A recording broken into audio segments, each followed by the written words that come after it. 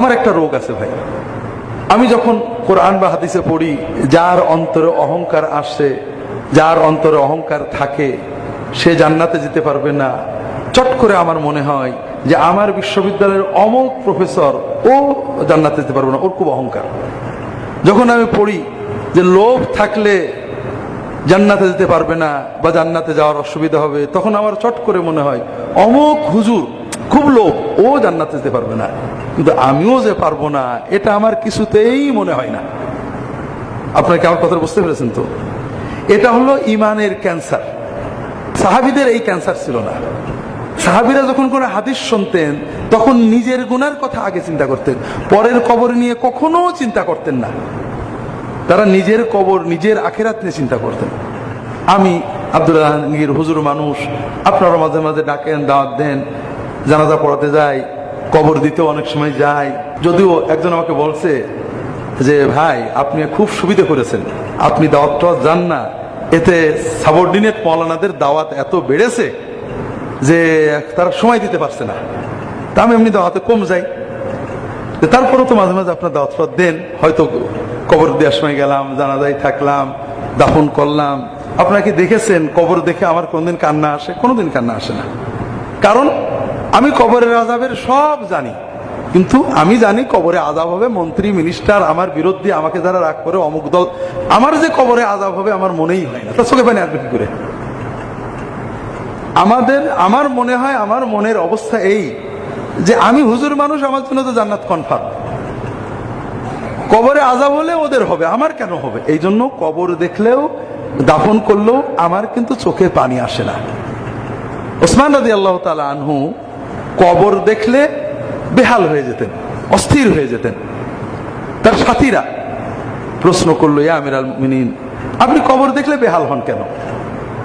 তিনি বলেন যে রাসূলুল্লাহ সাল্লাল্লাহু আলাইহি ওয়াসাল্লাম বলেছেন, আল কবরু আউয়ালু মানজিলাতিন মিন মানাজিলিল আখিরাহ ফাহুয়া ইম্মা রাউদাতুম মিন রিয়াদিল জান্নাহ ওয়া ইম্মা হুফরাতুম মিন হুফারিন নার। কবর হলো আখিরাতের প্রথম স্টেশন, প্রথম ঘাঁটি।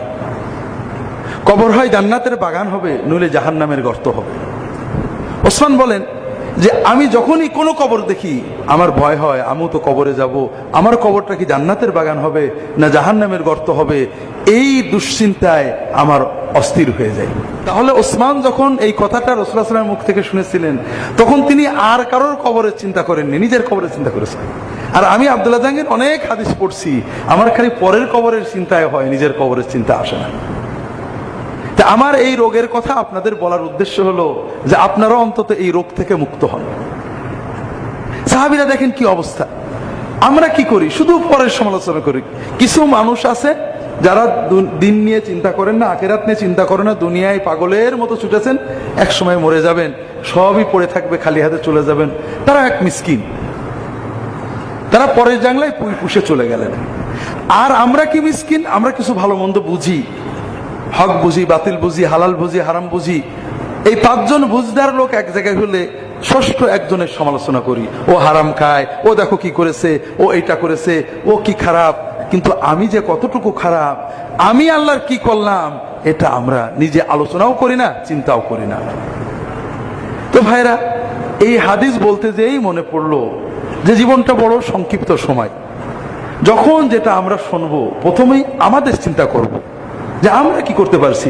এই দুনিয়া দুনিয়া থাকবে, এই মানুষ মানুষ থাকবে, আগে বা পরে আমরা শুধু নিজেদের আমলটা নিয়ে আল্লাহর কাছে চলে যাব। আল্লাহ তাআলা, আল্লাহর ফেরেশতারা কখনোই আমাদেরকে অন্যের কথা শুনবেন না, আমার কথা শুনবেন। তোমার পাশের বাড়ির লোকে দাড়ি ছোট ছিল, বউ পর্দা করতো না, মেয়েরা পশ্চিম নষ্টি করতো, এই প্রশ্ন আমাকে করবেন না। কাজে এই সমালোচনার দায়িত্ব আমাকে আল্লাহ দেন। হ্যাঁ, দাওয়াতের দায়িত্ব আছে, পারলে দাওয়াত দেন, বলেন। যদি সাহসে না কুলোয় বোবা শয়তান হয়ে যান, দোয়াটা করেন, আল্লাহ আমার পড়শি অমুক ভালো করে দাও। আর গুনার চিন্তা নিজেরটা করতে হবে, যেভাবে এই সাহাবী করছেন।